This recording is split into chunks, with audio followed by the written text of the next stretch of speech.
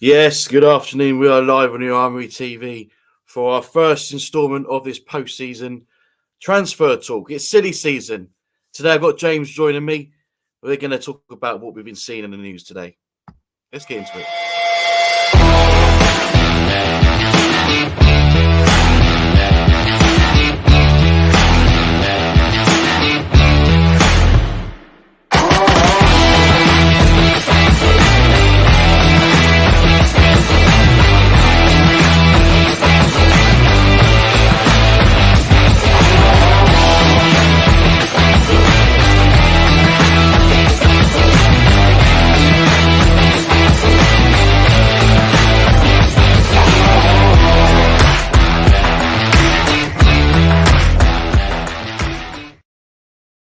That's right. We are back, and joining me, as you can see, is James. How are we, good sir?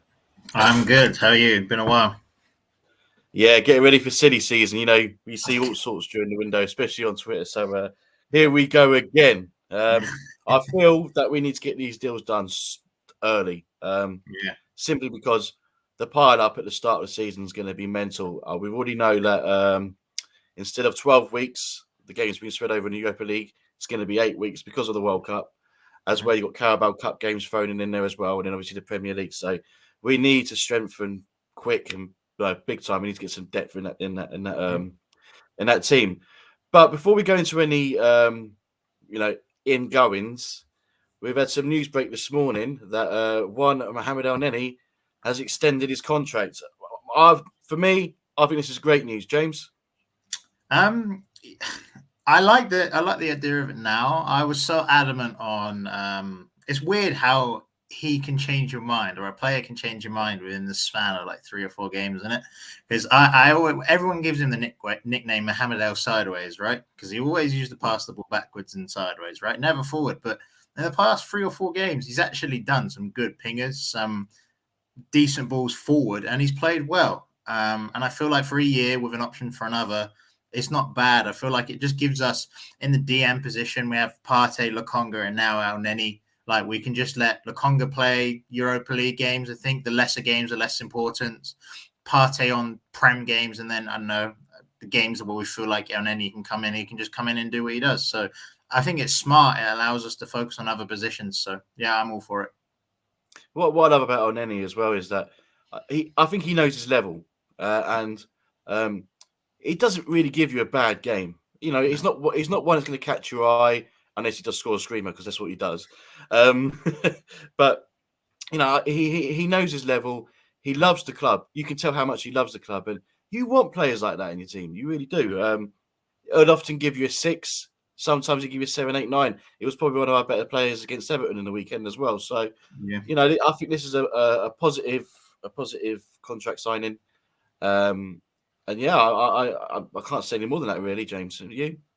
Yeah, well, I like that it's short term as well. It's like, okay, look, if he doesn't do well next 29. season, right, see you later. But if he does, then we got +1. So it's no risk for us, and it's smart, and it's something we haven't been doing in the past 3, 4, 5 years. So it's nice to see. 100%. I think we can. Yeah, I think we can both agree that, you know, we like the idea. Let's go on to some potential incomings, and this has been doing the rounds for quite a while now. Apparently, it's reportedly close by a few reports. Obviously, we won't believe anything until we see something flash up in yellow on Sky Sports News or something like that.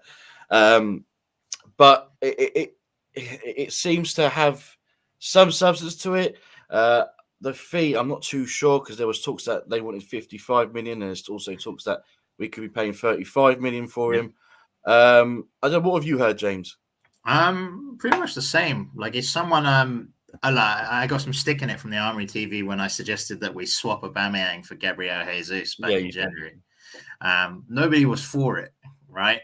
And then he's had a quiet little half of the season, and he's done well recently.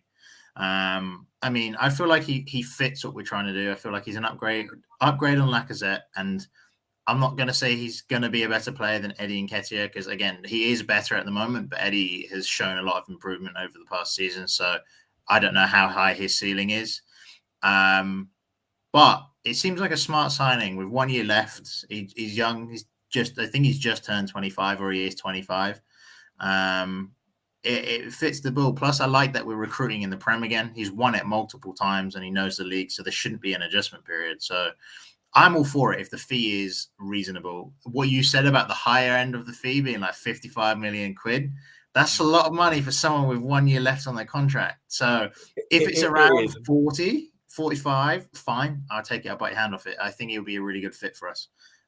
Plus cause some confusion because there'll be 3 Gabriels in our team now. So yeah. Well, yeah, it seems to be the case that if you're a Brazilian and you've got Gabriel in your name, you're in. But listen, we all know that Arteta's worked with him. He knows him. He knows what he can get out of him. We've seen the latter stage of this season how important he has been for Man City in the title race. Yeah, they've scored a few goals in the Champions League. And he's open to play in the Europa League, which is, we thought that might be a little bit of an obstacle. But obviously, with Haaland coming into Man City, he knows he's not going to get as much games as he did this season. He probably knows he'll play a lot more for Arsenal in the coming season. And I think it's probably, like you said, it's a logical move. And he can play anywhere along the front three as well. So he's quite versatile in that sense. So I wouldn't be dead against it at all. And like you said, if the fee is around 35 to 45, then you know what? Happy days. Anything else you want to add to that, James? Well, I want to bring up this comment from a Monday. Big up. He said good afternoon to me and you, first of all. But he said, what would the law be for Jesus to come to Arsenal? I feel like it's more the prospect of being the number 9 for Arsenal for years to come. Like, I feel like footballers now, compared to how they're seeing us a year ago, we were like, oh, look, we finished outside of Europe. We had not a great squad. And compare it to it now, we've got the youngest Prem squad in the league. We've finished 5th, yes, and you can say bottle top 4. I would agree we did bottle top 4, and it's a disappointment. However, you can clearly see the progress we're going in, and for players like Tielemans from all reports, from Jesus from all reports, they are looking to come in and have an impact. And I feel like there's a difference between playing for a Man City. Yes, you can get the accolades and you can win the trophies, but there's a difference in the clubs. Say, for example, you compare a Man City to Manchester United, right? Manchester United are a giant. Same with Arsenal. I just feel like you can have more of a legacy playing for a club like that. So that's what I feel like the appeal is. Maybe I'm wrong. Maybe I'm deluded. But that's where I feel like it is. And we're an attractive project, I feel like. And I feel like it's going to be a similar situation for United in a year's time, or even now, for example. You've got Ten Hag in. Man United's always going to be a proposition for players to come in. So it's going to be similar. We're always going to be able to sign these big players. So that's why I think he's interested. Yeah. I think Amondi has heard you loud and clear. I hope this deal gets over the line. Like I said, let's get it done early. All these deals, let's get them done early. And I think he would hit the ground running at Arsenal. Like you said, the Premier League experience is key as well. And we're going to need that going into next season with what we mentioned earlier, with all the games coming thick and fast and whatnot, especially in the early half of the season. Another striker that we've been heavily linked to, which I can't really believe it, if I'm honest. Apparently, meetings took place with Napoli striker's agent, Victor Osimhen. His agent was over in London last week, I heard. The problem I have with this one is that obviously Napoli signed him for £63 million. They would want more. They would probably want a 25% on top of that. Is he worth that much? He's a good striker, but I mean, that's a risk, right? Yeah, of course. And I feel like if you're looking at any high-profile signings that have been made, really, right? Maybe apart from like Neymar and Mbappe, for example, maybe if you're looking at Prem, anything up north of like 70 million plus has been either a complete failure or hasn't lived up to what you're expecting, right? And that's the risk with these high-profile signings. There are a lot of money, and if they don't deliver, then you're kind of screwed because you've shelled out way too much. And you're now stuck with a player that isn't performing to how you believed he would. I like Victor Osimhen. I feel like he's a really complete striker in terms of strikers that we've been linked to as a total package, as a striker, like big, fast, quick. Like he has everything you'd want, but it's the fee. Charles Watts reported that we had the meeting as you put up So it is from a reliable source. We'll just have to see. Like, I would not be complaining if Arsenal went and signed Gabriel Jesus and Victor Osimhen. Like, I would be over the world, like over the moon. So, yeah, we'll have to see. We'll have to see. At the end of the day, if we're selling players properly and we can recoup some of the finances and the money's there to be spent, then we'll have to see. But I'm for it. Yeah. I mean, look, I think it's all again. It's all down to fee, and I think Osimhen would give us something different going forward. Yeah. He's got the height as well. Scores quite a few headed goals. He doesn't. He takes the risks. You see, he's been wearing the mask where he fractured his eye socket at one point, didn't he? He's a really really good player. How he doing the Premier League, I don't know. Look, he done it for was he at Lille? Was it at Lille he was playing for before he moved to Napoli? And he's done it for Napoli as well. He's missed quite a bit of the season. Was it this last season and this season for injury? Is that a concern? I don't know. But look, I think he would be a good addition. But again, we're talking about the price here. What we need to go out and get to get that depth in our squad. With all the games that we are going to have. Another striker that's been mentioned, staying in Italy as well, because he's had a good year out there in Roma. Tammy Abraham is open to come back to the Premier League, despite the fact that he did enjoy his time at Roma. I mean, I've heard you. I think was it you that spoke highly of him before? Yeah, Tammy seems okay. I was always a bit like my opinion on him has changed because he's no longer a Chelsea player. At the time we were linked with him, I was so sick and tired of signing Chelsea players, David Luiz, Petr Cech, Willian, like these. We were just a retirement home for Chelsea players, let's be real, right? At that point, we were. They're just aging Chelsea players. Yeah, come in here, we'll pay you a massive wage and you can just play for like 2 years. So he was different, but I was always against that because he was a Chelsea player. Looking at him from a Roman perspective and how he's done well. Don't get me wrong. I don't think he's done amazing, but he's done good. I think it's like 17 goals and like 3 assists or something, so like close to 20 goal contributions in all comps. So it's nothing to scoff at. But I'm always worried about what has happened with like Lukaku, how he looked boss in Serie A, and he's come back and he's looked a bit bad. I'm not saying that's going to translate to Tammy, but it's something to be a bit skeptical of. But from what I'm hearing as well, there's the Roma deal is set at there's a 2-year loan and then an obligation to buy for, I think it's like 50 million, 45 million. So if we were to negotiate for Tammy, we need to negotiate with Chelsea and Roma. So we need to negotiate with both clubs, right? It just seems a bit of a mess. Plus, they have Jose Mourinho, who hates Arsenal. So I feel like it's a no-go.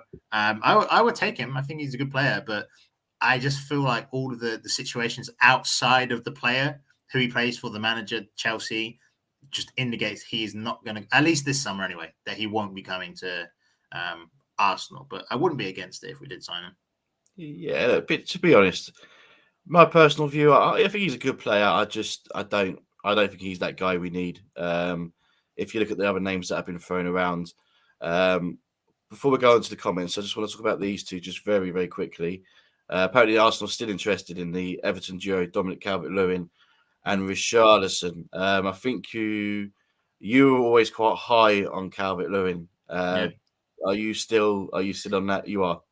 Yeah, I'm high on Calvert-Lewin. I'm not as high as I was just because of the season he's had. I still feel like he is the same player, but it's hard to base your opinions on a player if they've been injured or if they've not, if they've underperformed. Like they might have had a season the prior where they were absolutely electric, and then this season it just hasn't worked for them. So I still feel like he's the same quality player. It's just in terms of who I rank Arsenal should sign, he's no longer as high as he was in like the summer or October, November time when I was advocating for him. But look, he has everything that we want in terms of a different profile if we are going to get Jesus or a similar striker to that.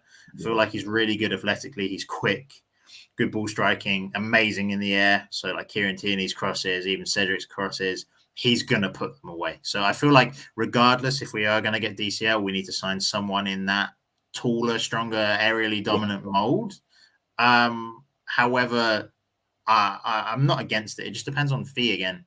Because now that Everton have stayed up, obviously they can command more because it's no longer we have an asset. He's not going to be playing in Championship. However, we're now in the Prem, so you've got to pay premium to get him. So I don't know. There's certain factors that are around it, but I'd take him. I'd still take him.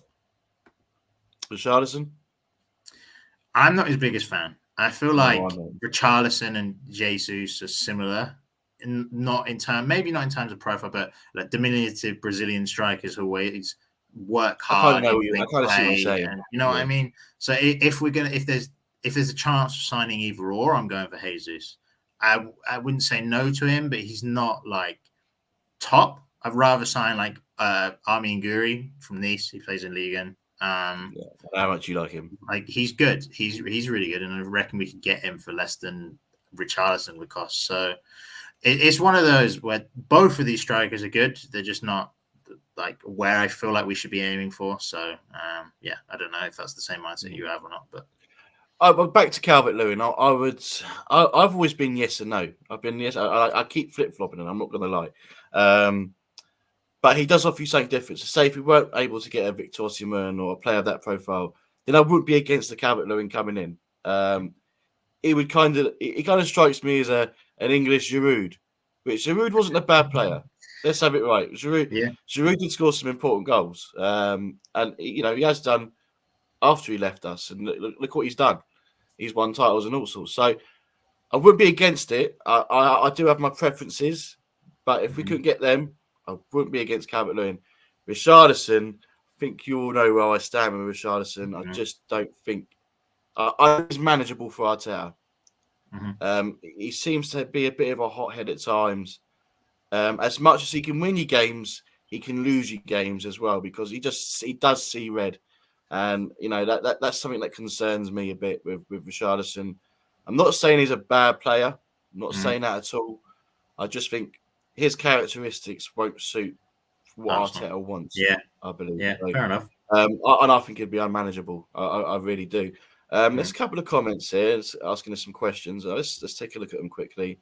I've seen a lot about this kid yesterday. The Czech wonder kid from, I want to say Sparta Prague, or was it Slavia? It's one of the two. Adam Closet. I hope I said his name right. 19 years old. I think he's. I'll bring it up. They've dubbed him the next a wonder kid over there. And I know he's done decent. I think he's got like almost double digits for both assists and goals. So he's done really well this season, and he had a really good season last season as well. He's played 33, started 31 of them, scoring 9 goals. He's got like 12 assists, I think. This thing I've got on here doesn't want to load up any more stats for me. Yeah. But look, 19 years old to be doing that, at a team like Sparta Prague. So, and he seems very versatile because I'm looking at his positions, and he's played all across the midfield and he's played all across the front three. So he could be one of those versatile young players that you might want to have in your team, especially when you're playing like the Carabao Cup or maybe the early stages of Europa League. Do you want me to put a dampener on it? 17 million. Yeah, do you want me to put a dampener on it? Go on in, let's have it. He's already agreed a fee with Bayer Leverkusen. Oh, is he? Yeah. Fabrizio tweeted this morning saying they'd already agreed a fee. So we were linked with him from The Athletic, I think. The Athletic put out reports yesterday. I take him. He looks good. I saw it. He looks decent not from what I haven't watched him, but from stat-wise and age-wise and what people have said in like Twitter threads and stuff. He looks decent. But again, he looks like he's going Bundesliga. So, well, look, I mean, look, that would be good for him to go, from the Czech League to the German League. Bayer Leverkusen, I mean, it's a talented squad of players there.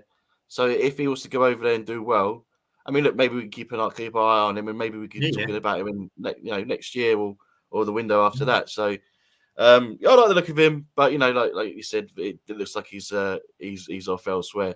I'm going to be honest here because I haven't really been watching much of Rangers, despite the fact they were in the Europa League final.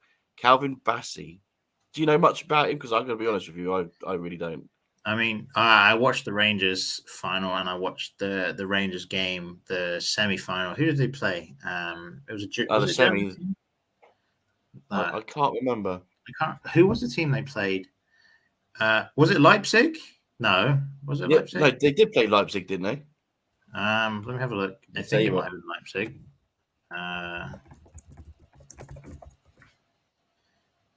We're live. So yeah, Nigerian, it 22 was years of live too. age. Yeah. Yeah, I mean, I watched him at the Rangers ground, and I watched him in the final. That's all I've seen of him. He looks good. He looks quick, and he looks really physical. However, I feel like saying walks into this team is a bit over the top. I don't know. I feel like our centre backs, 3 of them at least, are some of the best young centre backs in Europe. In Gabriel, Ben White, and now Saliba. Thank God that is coming back. So I don't know. I don't think walks into this team. Like he looks physically really quick and really strong and good in the air. But that's all I've seen of him. So I can't really say that if he walks in or not. I don't really watch Scottish League, so he looks okay. Yeah. I mean, I like I said, you know more than I do. Sticking with the centre back, because I believe Daniel Ballard is a centre back. Mm-hmm. We're looking to cash in on him following his loan spell at Millwall. Probably going back there. What was the fee suggested? About 10 million? Well, there's not really been a fee suggested. He looks good. I feel like more of a defender more than a modern centre back than what we're looking at. Like he looks decent. He had a good season at Millwall. He's a right centre back, so it's kind of hard to, especially now. If Saliba wasn't coming back, then I would have said, look, okay, maybe he has a chance. But the fact that Arteta yesterday said, look, Saliba is in part of our plans. He had a really good season at Marseille. He's coming back. There is no room for right centre backs. In terms of Ben White, Saliba, and even Rob Holding. He's not ahead of Rob Holding. So I think it's smart. Like, he's 22. So if we can get an extra 10 mil to recuperate and spend elsewhere, best of luck to him. Fair enough. It's what we need to do. It's what Chelsea have done with their academy. They don't hold on to players for too much. And if they're there, he's got 2 years left on his deal. So sell him if we're going to get a decent fee. So that's my opinion. And also, let's not forget as well, we've got Austin Trusty that's out on loan as well, so he'll be coming back after next season. Mr. Andy, Andy, I'm going to say Mr. Andy. Sorry, mate. He's brought up that Arsenal fans said the same with Van Dijk when they didn't take a chance on him. Bassey is the new VVD, he says. That's a bit wild, I think. Yeah. Look, VVD is a generational centre back. Are you telling me Bassey is going to be a generational centre back? Like, by the end of his career, Virgil van Dijk might be top 3 centre back in the Prem history. Yeah, is he that good? Hey, listen. The thing is that he's young, so you never know. We might end up looking like idiots in a few years' time. Maybe. I'm not discrediting that he looks like a good player. No, not at all. No, I feel like saying he's a new VVD is kind of wild. But hey, Andy might probably watches a lot more Scottish football than I do, so he might be right. But at the end, I don't know. He looks good. I wouldn't say that just now. Maybe in a few years, we'll see. But yeah. I think centre back will be one of the last positions that we look at, at the in the window. We see what happens with Saliba. It looks like he is staying. Obviously, we've still got Gabriel, Ben White. Despite the links with Juventus, I don't think Gabriel's going anywhere. Oh, no, he won't go. He won't go anywhere. I just think it's all talk. I think it's all pushed to get a new contract. To be honest, like, I mean, he's been here 2 quite years. Possibly. Now, so. Could be an agent thing, yeah. Yeah, maybe. We've still got Ben White and we've still got Rob Holding. So, because Rob Holding only signed a contract last season, so he doesn't look like he's going to go anywhere. I think he has 2 years left. I think he has 2 years left. So I think he's got one more. Yeah, I think he's got one more season left, if anything. Yeah, I think I agree. I think it's interesting to see. Did you read the Athletic report that came out yesterday? No, maybe not. Oh, you might have seen snippets of it going around Twitter, but apparently we are looking for a left-sided centre-back, though, which will be interesting. Makes sense. Yeah, because I think Saliba from Marseille has been playing on that right side, hasn't he? Yeah, he has. He's like right centre-back. Because I know before, when he played at Nice and when he was at St Etienne, he was on the left side. So, I don't know. Look, I think a centre-back... are we set? Do we need one more? I think on the left, maybe. I think on the right will be fine. Well, because you got holding Saliba, Ben White, so you need someone else for Gabriel. Yeah. Pablo Marie's going as well, and I like the fact that even if we don't sign a right back, I feel like having Saliba, because he's played quite a few games at right back for Marseille, it means Holding can get game time as well. Like I feel like even if we keep Holding and have 5, I know not a lot of teams have 5 centre backs. A lot of them just have 4 and rotate, but I don't think there is harm unless you want to get a fee for him. Mind you, let's not forget Tomiyasu can obviously play that left side as well. Yeah. We'll have to see. We've got a lot of options. That's for Japan. So, I haven't got a banner for it, but let's talk of Aaron Hickey. Are you keen? More than keen. I think it's a perfect backup for Tierney. And do you know what? He probably won't end up being backup because you look at how he's been again this season. I think Tavares and Tierney have probably played the same amount of games, and I think Tavares needs a loan or something, and getting in Aaron Hickey would make a lot of sense. I don't know if, again, I don't know. Maybe I'm just good with luck, but I put in our WhatsApp group before even the link started that we needed a versatile fullback. And then like a week later, it's like, Arsenal were interested in Aaron Hickey. And it's like, oh, well, look like we're interested in a João Cancelo-esque player that can just play good on left and right. So, yeah, man, I mean, even if we bring him in, it's just like because there's rumors of Tierney as well potentially going. So if that is true, I don't think it is, but apparently there's like a Newcastle £50 million bid at some point. Then, we'll have to see. But I feel like for the fee, you're talking like 14 million quid, then he's decent cover. Smart signing. For sure. I think you've got Bassey's advocate still here.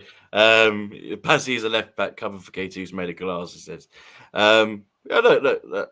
We've all got our preferences. We've got players that we'd love to come, we'd love to see come join the club. Who knows? They might look at him. And then we might pay a bit more attention, and we might go to like him. But I'm not Aaron Hickey for me. I mean, look, I think Gumser agrees, and the whole Scottish thing with him and Tierney. I think it'd be good. Yeah, no, definitely.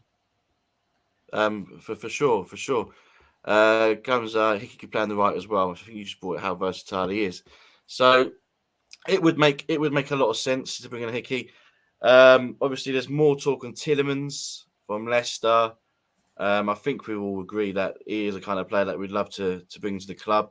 Are we still on that one? Yeah, man. I'm 100% for it. I feel like now I said in the chat as well, but I feel like our main midfield issues is left centre mid and right centre mid. More along the lines of we need an upgrade on Xhaka or a competition for Xhaka, because I feel like Xhaka is good. I feel like now he's getting a bit more of his flowers that he should have had, but what he did, especially with the armband, discredited it. People looking at his performances from an objective point of view, they were like, he did this, so F Xhaka kind of opinion, right? And that's fine. On Xhaka, can I just ask you? Yeah, I think we're seeing the Xhaka that we did sign for Mönchengladbach this season, because we all had in our heads that he was a defensive midfielder. Now I never saw that for Switzerland or where he was before. Was it Basel? I never saw that. I never saw that. We had this idea that he was a central defensive midfielder, but actually he is that kind of 8, if you want to say. Yeah, well, he was utilized as a deep line playmaker. Like that's what it was in at Gladbach. He played DM, he played centre mid. He played anywhere pretty much within the left hand side pocket he was playing. But I mean, he's done well. And I feel like if you're looking objectively, yes, he's made mistakes, and yes, it pisses you off, and he needs to get rid of them because he's experienced. But from a season-on-season point of view, he's been good the past 2 seasons. And I'm not going to hear that he's gets red cards. Yes, it's bad. He's cursed, whatever. I don't agree. Gumser said he's cursed. That's fine, and he wants him out. But I don't see us moving him on this summer. I just feel like there would be too much work to do if we went and got rid of him. So I feel like that's why I'm advocating for Tielemans to come in, because he's played a lot on the right-hand side where Martin Odegaard plays. A lot of people are saying he's going to be on the left-hand side, but he's played a lot on the right. Maddison for Leicester has been playing a lot on the left as an 8 or as a /10, right? I'm just advocating for competition for Xhaka or an upgraded Xhaka, and then competition for Odegaard, because that's the big thing. I feel like we're going to regret if we don't get in the summer is if Odegaard gets injured, we don't seem to play as well as we do, or if he's not even playing great, we don't, as a team, don't play well because he's that integral to the squad. So I feel like Emma Smith Rowe is seen as an attacking midfielder, but he's not the same type as an attacking midfielder. He's more. I'm gonna interlink the play, but I'm not gonna pass it. I'm gonna score goals. More. I don't know how. What's his name from United? The Portuguese guy that everyone hates. I can't think of his name. Bruno. Yeah, in the sense of less assists, more ball striking, and more just taking shots, right? Yeah. So that's and I feel like we need another creator in there. So like an Awar maybe. I don't know. People don't like him and stuff, but something. Well, look, he's a cut price now. You know, they wanted 50 million from that when we were heavily linked with him, and now they're only asking for. I'll put it in the group the other day. It was like 16 million or something like that. Yeah, something like that. Yeah. So I would be against that either. Maybe get both of them because we're going to need the depth. And you know, if a while's going to be that cheap, why not? I feel like if it's important that we have variety in our midfield and we don't have to have like for like. I mean, Man City don't have like for like in their midfield. No. And if we can get a Tielemans and then we can get an Aouar, we then have a combination of, okay, look, if we want to use Odegaard and Xhaka, we can, or if we want to use Tielemans and Aouar, for example, or even put Odegaard on the left and Tielemans on the right. You know what I mean? So I feel like having those midfield options, plus we have Patino coming through as well. If we can get those two, I'm not going to complain if Xhaka goes, but I just feel like it would be bad. It would impact the team negatively if he did leave this summer. Next summer, maybe, if we get Champions League, then that's fine. But this summer, right now, I'm not looking to sell him. I think it offers the unpredictability on our side as well. So, like you said, you can go 1 week, do this player and that player, and then the next week or the few days, which is going to be the case a few days later, we're playing this player and that player. It will throw, you know, and I think that's what City have been doing all season. And I think Arteta will probably be looking to do the same thing because obviously he's been part of that system when he was over there. Good afternoon, Jason. How are you, mate? Xhaka without responsibility is better than Xhaka with responsibility, but he has looked better play further up the pitch rather than being in front of defence. And yeah, we picked up on that, and I agree with that. Gums has gone on and said if Xhaka is at 8, we're in trouble. He's poor in the final third. There's so much out there. There is better out there, but I think you're a little bit too harsh. Gums. We know how much you dislike him. You've made no secret of that. We definitely need an upgrade on him. Don't get me wrong, but he hasn't been as bad as people are making out, and I absolutely agree with that. Gums that goes on. He's cursed. Not saying he's been bad, but he's cursed. Jason's just laughing. I think they have a little conversation amongst themselves now. So yeah, before we wrap up, have you got any players on your wish list that are realistic or been talked about or anything like that?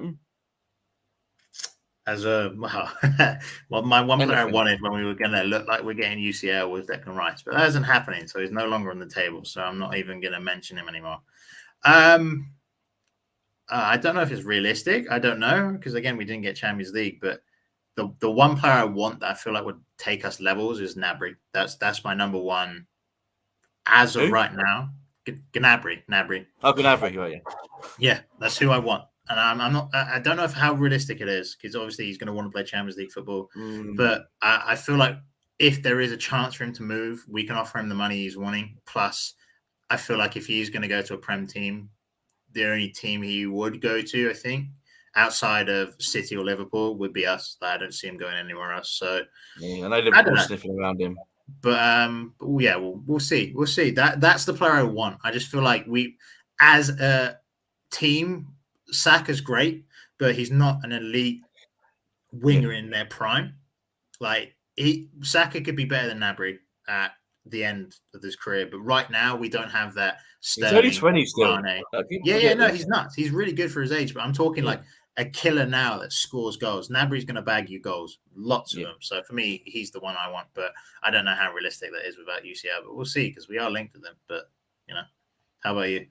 Yeah, I think Gnabry could be a little far-fetched, and there's a lot of people that say to me, "Oh, look, now you missed out on Champions League. How are you going to attract these players?" But look, it's about how they sell this project for me. Like Jesus, if he comes in, I think that's a good, although he's not that, he wouldn't be that big name that people would say about him, but it would show that he's come from a Man City side and is still trying to chase this Champions League trophy. And he could easily stay there behind Haaland and maybe win it next season. But if he was to come to us, I think that would just show it's how we sell the project. And look, the way I'm going into this window this year is that I've completely changed my mindset to last year because I was like, we need to get Maddison. I can't believe we get Maddison. Can't believe we get this player. But you look at the signings that we have made, and I think, actually, I'm going to trust this because, like, Tommy Asu, we were like, who? I know Lukonga's not really hit the ground running, but when he first came in, he looked good. But he's still young and he's got plenty of time to improve, especially with players like Partey and that around him, in the training sessions. And you look at Ben White, we question the 50 million fee on him. I think he's been probably our best defender this season. And maybe Tavares is a bit of an iffy one. But Odegaard, he still splits opinions, but for me, I think he's been brilliant. He's been, like you said, when he's been on point, the team has been on point. So look, I'm going to trust them. I'm going to trust this process during the window. And look, what would be? I'm just all I'm asking for is get this done before the 6th of August. Just get the players that you need in now. Get it done early, so this team can have time together, have a bit of pre-season together, because it's not a long pre-season. And like we said on the top of the stream, that the games are going to come thick and fast, and that's all I ask for. James? Yeah, man. No, fully. I trust them now. It's nice to be able to trust them in the sense of we haven't been able to do that for years. Like our recruitment has been awful. Probably one of the worst in the league. It has been. It's been bad. But since we've made this adjustment, it's nice to be able to okay, look, here's my targets that I want. Fair enough. If you don't get who I want, get who you want and make the team better. And I trust you doing it. So at the end of the day, my expectations are very high for this window. Very high. The highest they've ever been in any transfer window that it has to be. It has to be. Now, this is for me, this is the most excited and the highest my expectations have been for Arsenal Football Club since I've been alive. That's where we're at right now. So what my stance is, we failed to qualify for Champions League, get the targets of Champions League that you were going to get within Europa League, and go and get into Champions League next season, and we need the Europa League. So we'll have to see. I trust them, but my expectations are very high, and I'm expecting a big window. I'm expecting a big window as in expenditure being as big or bigger than last season. That's how I'm viewing it in terms of monetary value, like 150 to 200 million pounds. That's what I'm expecting. So we'll have to see, but it should be fun. I'm looking forward to this summer going on shows like this and just talking and seeing who we buy. Yeah, for sure. It's gonna be fun. Yeah, no, I completely agree with you, James. Goon comes here. Give me Zaha or St. Maximin. I think the Zaha ship sailed a long time ago. St. Maximin, he ain't going to leave Newcastle now because they're going to have a big summer. Bigger summer. But we're Arsenal, so we'll get the BTEC option in Cornet. I like Cornet, actually. Cornet's not even a bad shout. Now that he's gone down. He's gone down. He could be an option, you know. I don't think he's a bad player, James Cornet. Well, yeah, I mean, he's all right. For me now, for everybody we sign, well, not everybody. So, like, for example, the Marquinhos winger that we've signed, it just hasn't been announced yet. And Aaron Hickey, for example, right? These are smart pieces of business that you get done that they make sense long-term to do. Like Liverpool are great at doing it, right? For Carvalho for 7 million from Fulham, they've done. Harvey Elliott, again, from Fulham for 5-6 million. Great pieces of business that are going to long-term going to be well. But I'm talking, we raised the floor of the squad last season with the players we brought in. Now I'm looking to raise the ceiling of our squad by bringing in quality, experienced players. That's what we have to do. So that's why I wouldn't take Cornet.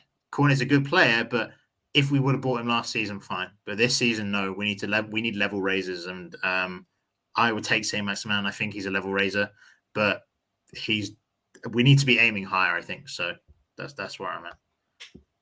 Yeah, I can't disagree with what you just said there.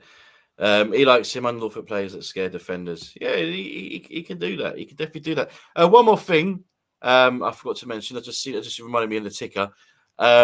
just a simple yes or no, because I don't want to go into too much depth about it. Barcelona said that we could get Depay, Memphis Depay, for around 17 million. Are you taking him, yes or no? No, good. No, nor am I. And I think we're gonna. I think we'll leave it on that one then. Mr. K, thanks for coming. We've just about to come off, but please do watch the replay. Good to see. He's probably come here to gloat because obviously he is a Tottenham fan, but nonetheless, good to see you here, mate. Listen, it's going to be, like you said, an interesting summer. It may feel long at times because it usually does when you're an Arsenal fan. But yeah, as long as they get the jobs, as long as they get the players that we need in, and more important, that depth, because there's just nothing there, and it cost us at the end of this season in terms of obviously qualifying for the Champions League. But we're in the Europa League, and it is what it is. And do you know what? It's a trophy I want to win. So if we're in it, let's win it, please. No. Yeah.